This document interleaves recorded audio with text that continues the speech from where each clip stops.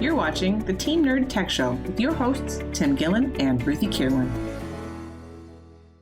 Well, hello, nerds. Tim Gillen here, Terrapin Networks, Traverse City, Michigan, welcoming you once again to the Team Nerd Tech Show, your weekly digest of small business techie stuff. So thanks for joining us this week and every week. And we have a special guest today, which we'll be getting to in just a moment. But at the first, I'll throw it over to our assistant, my daughter, my pal, in Queens, New York, Ruthy Kirwan. Hello, Ruthy. What do you got for us? Hi, Tim. So, hello, welcome. We do have a very special episode this week. I'm really excited about it. This is episode number 38, if you want to look it up on the Team Nerd Tech Show website or on any of the podcast apps. We're on iTunes, Google Music, Stitcher, etc. You can listen to all of our past episodes there. First up, if you do have any sort of a question or a tech issue you would like covered on the show at a later date, you can always drop us a line, or if you have a question about this particular show, our phone number here is 231-668-9175, or you can always send us an email at teamnerd@terrapin.tech, or find us on the socials. We're on Facebook, Twitter, LinkedIn, all that good stuff. So this week we are talking to William Kimble from Cyber Defense Technologies, and then I'm going to hand this back over to you, Tim, to do the rest of the full intros so that everybody can be up and running by the time we start talking to William. All righty, good. So Cyber Defense Technologies is an outfit. We'll have William tell us more about it. And they graciously, we've been in conversation here for the last few weeks and graciously agreed to bring some of their expertise out to our listeners. We're certainly grateful for that. So William Kimble is one of the principals, one of the founders of Cyber Defense Technologies. And as we record this today, yesterday was Veterans Day, and William is a Marine. You're always a Marine, right? Never a former Marine. Yeah. So yes. So first off, thanks for your service, and we mean that sincerely. But do go ahead and say just a bit about yourself, and please tell us a bit about, to start out with, your military experience and how that may have affected some of what you're doing now. Great. Well, first, thank you for having me, and thank you for giving me the chance to serve. Actually, from the military, it's always a unique question or a unique answer to the veterans get to give now, with all that, with the Veterans Day and that type of stuff. So thank you for allowing me to serve. So I got my start in a unit called Radio Reconnaissance in the Marine Corps. Way back in 2000, we were one of the earlier teams on the ground in Iraq. But Radio Reconnaissance is basically what the battalion and the Force Recon guys do, but instead of watching the bad guys, we break into their cell phones, their radios, whatever forms of communications they have, and we're up close and personal while we do that. So it lended itself to an easy transition into the blossoming cybersecurity field as I got out of the military. So the leap between breaking radios and breaking IPs was not a major jump for me. But met a lot of good friends, got a lot of good experience, and then kind of ended up in the Washington D.C. area after doing work for the various contractors in this area that support the government. And in late 2009, me and one of the guys that I hired out of the military decided we would like to give it a try and do it better than some folks, and started Cyber Defense Technologies. So, well, at the expense of trivializing your actual service, that recon stuff sounds like fun. It was, got to break out of or jump out of airplanes, hang from helicopters, that fun stuff. So wow. You're the man. That's awesome. Absolutely. I also noticed on your bio that you did some physical security. Tell me about that a little bit. So we do that as a business now. So basically, social engineering our ways past guards, gates, access control entry, access controls, testing physical safeguards that are put in to protect businesses. So, if just like pen testing that I'm sure you guys are familiar with, it's the physical version of pen testing. So if an organization spends their dollars to protect the physical access for whatever it is, you have something important worth safeguarding inside your facility, and you spend a lot of money on gates, guards, and that type of stuff. This is the test to come in and make sure it's working. This is the security equivalent of the secret shopper. Yes, actually. that's a good way to put it. It sort of is, isn't it? Right. Yeah. One of the other questions I had for you, though, before we get talking more about CDT, your organization. So, where did this entrepreneurial spirit of yours come from? Is there some family history for that, or had you always kind of yearned to get something started on your own? What's that all about? I actually, I had a good friend when I got out of the military that was going into entrepreneurship, and it kind of, actually I knew them while I was deployed, and it kind of got a bug of like, hey, I can do that. Sure. It was, it wasn't a family thing. Nobody in my family ever had their own company. It was really just that bug caught of that realization one day. So most of my deployment, I have buddies that still are making fun of me because most of my time I was reading when we had downtime of, this entrepreneurship book. You were just trying to learn everything I could. Yeah, way to go, man. That's great. Yeah, I caught the bug, and it was a plan for a while. Yeah, it's fun though, isn't it? It's fun, and you've built quite an organization here. And let's flip back to that. So your outfit, Cyber Defense Technologies, CDT, which is kind of cool when you're getting well known enough that your acronym says who you are. That's kind of cool.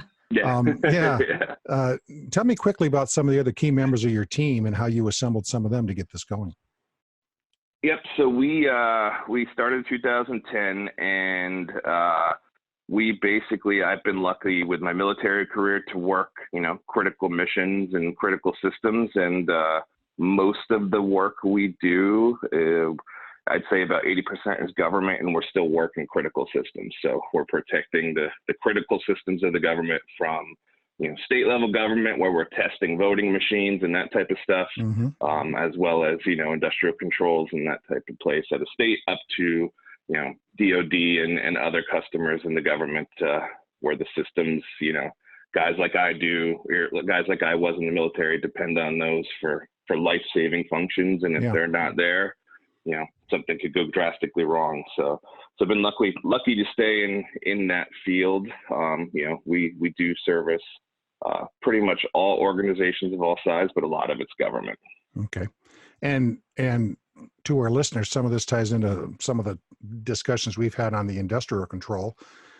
It would also mean things like nuclear power plants, electric generation plants, water treatment. Those are part of the grid has a very particular set of vulnerabilities that have really come to light in the last few years. And we've had a couple of episodes of the Team Nerd Tech Show where we've talked about that. So that's obviously the kind of stuff you guys are involved in too. Great. So tell me, something that does something that's connected to a computer, essentially. Well, in the industrial control, vulnerabilities came so much that it made so much sense to be able to monitor these things remotely and start this or turn that off or restart this remotely. And in the early days, however you could connect seemed like a great idea, until later on we realized that's a little too simplistic and that's a little bit open, because not only can my engineers connect, but most anybody else can. Yeah. And so now it's kind of risky. So a lot of stuff has had to been, and correct me if I'm wrong here, but a lot of things have had to been kind of almost retro. Had to been, I don't know if that's the right way to put that. Yeah. The retrofitted were never built. Yeah. Yeah, the systems were never built with a connection in mind, just like in every industry. I think you're even starting to see it with IoT now. As industries first come out, function is the thought, security is not. Yeah.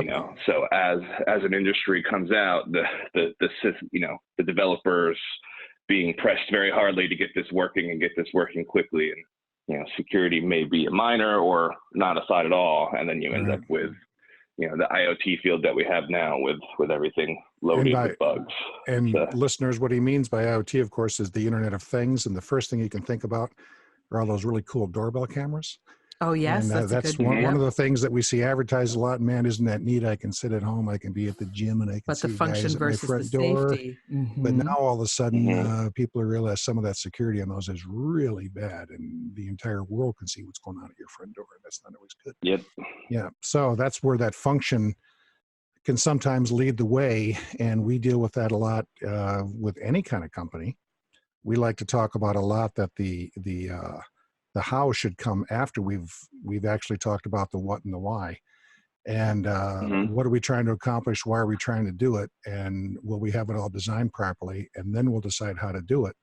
And what William just described was kind of going backwards. Let's get the how out there first. We'll make a really cool doorbell camera, and then we'll worry about the other parts later. And that's not always good. So if I can then bring you back to, and we'll go ahead and talk about the kind of organizations that you normally work with. What are a couple of things that come to mind I mean, this is a big generic question, but I'm sure you get asked it a lot. What's the most significant threats in an organization? And by organization, friends, we mean business, hospital, school, government organization, municipal government, could be the city of whatever, could be the Department of Homeland Defense, could be Homeland Security, could be any of those.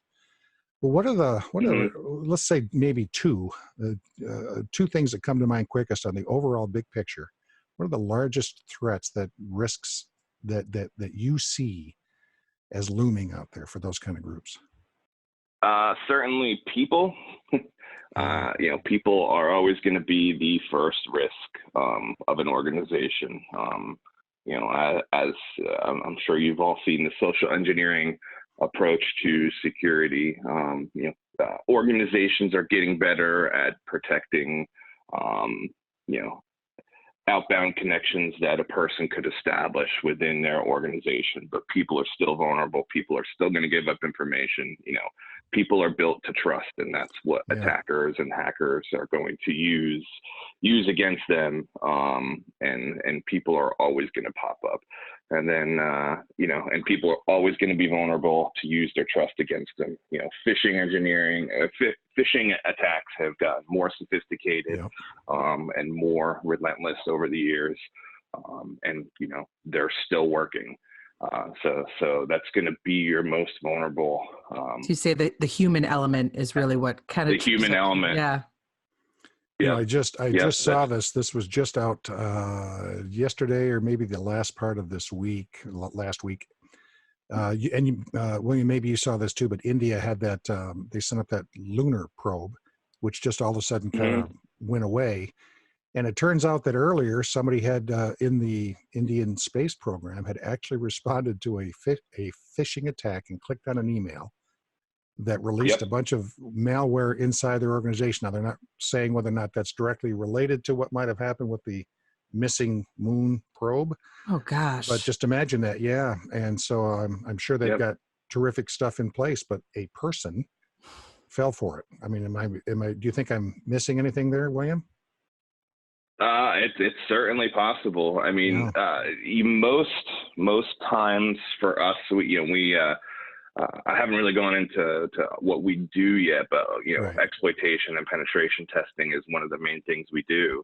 And a lot of the times, if you study breaches and stuff that's out there, a lot of the initial entry into a system is something easy. It's an easy compromise, like a phishing engagement, or where I was going to go with my second risk to an organization is those that don't patch. A known patch that exists, in front of an organization. One of the talks I give, I ask who's in the military, and if you're ever in the military, there's whenever you're in a class and the instructor stamps his foot, that's kind of the indication, like, you need to pay attention. Here comes the answer for something you need to know. They kind of spoon feed it to you. And that's kind of how I look at patching the systems. Yeah. And, we see that a lot patching is something you actually have the answer for. There shouldn't be a time when we go into a system, regardless of the size of the organization, that it's not patched and we're exploiting something that's been known for 2 years. You know what I mean? It's something that you have as an organization. It's something that you have the answer to already. Yeah. And then, those are the easier ways in. And then from there, that's when the complex goes, when you're starting to pivot within organizations and that type of stuff. And, the more custom malware or that type of stuff comes in. But a lot of times the breaches you see on the news is somebody that was exposed with a phishing campaign or an easy patch, something that could unpatched routers, unpatched workstation, unpatched servers. I was going to bring this up later to get a shout out from you, but this is a perfect segue into it. God bless my customers. I drive them crazy with patching because we're believers in it and make them do even the Windows 10 updates, and it's a hassle it takes. And then every now and then it breaks something, and we touch all of our servers. We've got several dozen companies we take care of, all smaller, but we touch every server every month. We kind of still believe that we don't automate that. We don't automate the firewall patching. We do all that manually because we like an eyeball on it. And we just think that that's right. a smart way to see what might be happening. It's easy to miss some of that stuff. And I'm always good for a shout out that from someone who knows this stuff, that's actually a smart play, because I'm always educating. And our customers are fine with it. Don't get me wrong. They understand it because that's my role to help them understand it. But that really matters. And those of us who've been doing this a while really do kind of know that unpatched stuff can cause ridiculous amounts of problem. And you put it a really good way.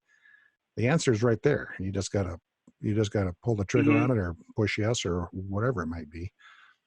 So yeah, a lot, what we see in a lot of our industry, and you'll see this from guys that have been around and do a lot of talks and been around for a while, but there's exploit chaining and vulnerability chaining and all that stuff now that starts getting complex, and a lot of organizations are spending their time trying to build safeguards in to defeat against the complex attacks. Yeah. And, if you're a major organization, that's probably a good thing, but you need to start with the basics first. Right. And there's we go into places all the time that aren't even doing the basics, but they've spent millions of dollars trying to stop the complex. Yeah. There you go. That's a great point. You may be a target of the complex hacks, the complex malware variants, but it really depends on what your risk is, what your vulnerability is, and how you've measured that. But most organizations need to start with the basics before they go into protecting against that type of stuff. A phrase we overuse here, maybe some, is the whole concept of the low-hanging fruit. And if you're a bad actor wherever, it's you're going to tend to want to go to the low-hanging fruit first, and that's going to be the people who've overlooked the basics. That's the low-hanging fruit. Yep. The complex stuff may have a bigger payoff, but it can take a long time to do, and depending on what level of bad actor you are, that 20 grand or 100 grand or 50,000 that you might get from low-hanging fruit's a pretty nice payoff for not a lot of work.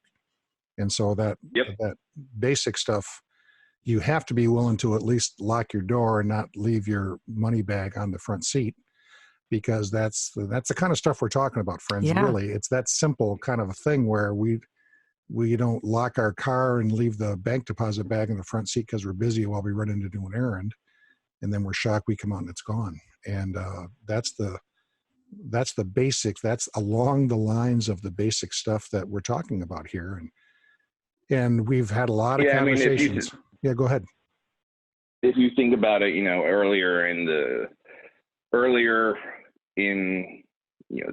cybersecurity field, that I'm using air quotes, but the larger organizations were certainly attacked first because of their resources, right? But as they put more protections in, the bad guys generally, as a small organization, you're not going to be a target of concern for a bad guy, right? He's not going to go, I'm going to go after, this store name ABC. But if he's scanning a file of, 2,000 known vulnerabilities and you pop up with the most, you now have become that person's target because you're going to be easy, And then, they're not going one by one. They're taking swaths of IPs to look for who's the most vulnerable and go after that. Or, that's one of the conversations we've had often here, where it's easy for us up in the North Woods to think I got a small machine shop.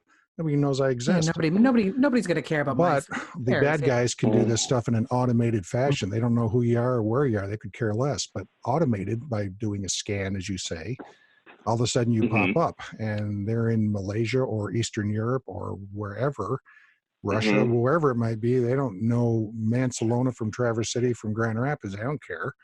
They found that there's a vulnerability here, and they're suddenly inside your network, and all of a sudden you're right next door, and it looks kind of appealing, right? I mean, that's sort of the same. Yep, 100%. They're looking for IP ranges with exposed vulnerabilities, or even, bigger now is the credential harvesting stuff. And that's what a lot of the stuff you see in breaches, where this large company got breached and, 2 million records, those are your credentials. To start off with, your username and password. And, we preach it as security people to use a different username and password everywhere you go. Right. But let's be honest, most people that are in the mindset of this isn't going to happen to me are not using those, or might have not heard us in the past describe that as use something different. So, a lot of these people are just poking around to the major websites that everybody uses, from, Amazon to Google to whatever, popping those credentials in, and all of a sudden it works. Yeah. And then they got to start a foothold and work their way from there. And they do a scan to see if there's anyone who's got any RDP ports open. That means I have an access in. If it's a standard port, we haven't changed that, and so forth. So if we bring that back to a small company, then I think maybe we've even seen some of this. So do you see any particular threats that would affect a smaller organization, or pretty much what we've talked about? What we've talked about, but the credential harvesting thing just made me think of something. One of the biggest things that I feel that a small organization can do to help protect themselves, and I've seen a lot that do not, is making sure you're having two-factor or multi-factor authentication on your platform. So most organizations that are smaller at this point are probably going to be using cloud platforms for their service, at least for their email, their file storage. And maybe a key line of business application, their accounting, bookkeeping stuff. Right. Exactly. Yep, and most of all the major providers at this point should have two-factor authentication in place. And as a matter of fact, you should be a little nervous if they don't. That's telling you. Yes, that's a good point. Right. And maybe not taking I would things have quite as that seriously. as a measure. Yeah. I would have that as a measure when you're looking through and choosing your platform of including security, two-factor. Yes, to my point earlier, where complex things happen, two-factor can be beaten, but like we talked earlier, knock out the low-hanging fruit. Right. If you have something like two-factor authentication on, most likely you're not going to be a target. You're going to be skipped and going on to somebody that doesn't, because there are plenty of people that still don't. And it's a lot more effort two-factor is if probably it's in place. Yeah. The things we talked about: training your people, patching your systems, and two-factor are going to be some of the major things as a small business you can be doing to protect your data. And we've talked about that. We actually had a whole episode on that. We did on multi-factor authentication. Multi-factor authentication, So, and as we always say here, our listeners have heard me say this for probably 38 episodes now. But security and convenience are kind of zero sum. And multi-factor, two-factor is a little less convenient, but it's more secure. Keep in mind, for so many companies, we use two-factor authentication not just to protect our company data, but our clients' data. If I'm an accounting firm, if I'm a law firm, if I'm any number of things, if I'm doing work for the big three, which a lot of there's not a big three anymore, but sort of. So Ford, GM, FCA. If a lot of our machine shops up in our neck of the woods in Michigan are doing stuff for the automobile industry, and so they need to know that we've got some security in place, because they don't want their stuff floating around there either. So we owe this as a promise to our customers. What would be your first thing if a small business is attacked somehow by a bad actor? It might be ransomware, it might be some pretty bad malware, it might be some more of just a generic bang against the firewall, but someone they think actually got in, or something got compromised. One of their staff had a laptop stolen. What do you think? What would you say is the first one or two things that they should do as their first plan of action if something like that happens? If you're a small company, I think small company now. There's levels of it to the same incident response and DFIR world of isolate the issue. If ransomware is a different story, but the other issues you were talking about, if somebody's in, they're generally not trying to stop wherever they got. Circumstances are always different, but But if one person thinks they're compromised, the attacker's generally probably using that person to move across the network laterally to other places. So one of the first things is certainly to isolate that person. So, whatever exposure that person, that node that's been attacked, get that away from the rest of your stuff. And then you really got to start looking into what happened.